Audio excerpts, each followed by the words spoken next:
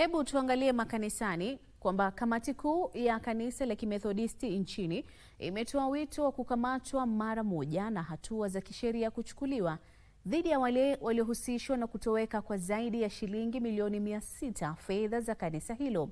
Kamati hiyo inadai baadhi ya maafisa wakuu wa kanisa hilo wanatatiza juhudi za kudumisha uadilifu kwa kuficha matokeo ya uchunguzi kuhusiana na kashfa hiyo. Akiongea baada ya kongamano la kamati kuu ya kanisa hilo katika shule ya wasichana ya Mazeras huko Kwale, rais wa kamati hiyo Daktari Hiram Mureithi Mucheke alisema uchunguzi uliofanywa kati ya mwaka 2013 na 2023 uligundua visa kadhaa vya ulaghai na wizi wa mali ya kanisa hilo.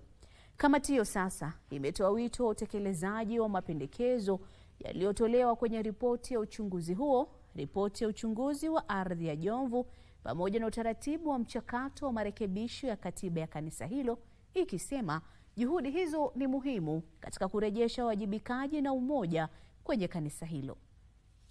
Issue of the Jomvu in Mombasa Synod, where 54 acres of land were subdivided and distributed to certain leaders and other portions sold and the proceeds stolen by some people who are known. These objectives, we believe, will only be possible if the deed of church order dated 1967 is amended.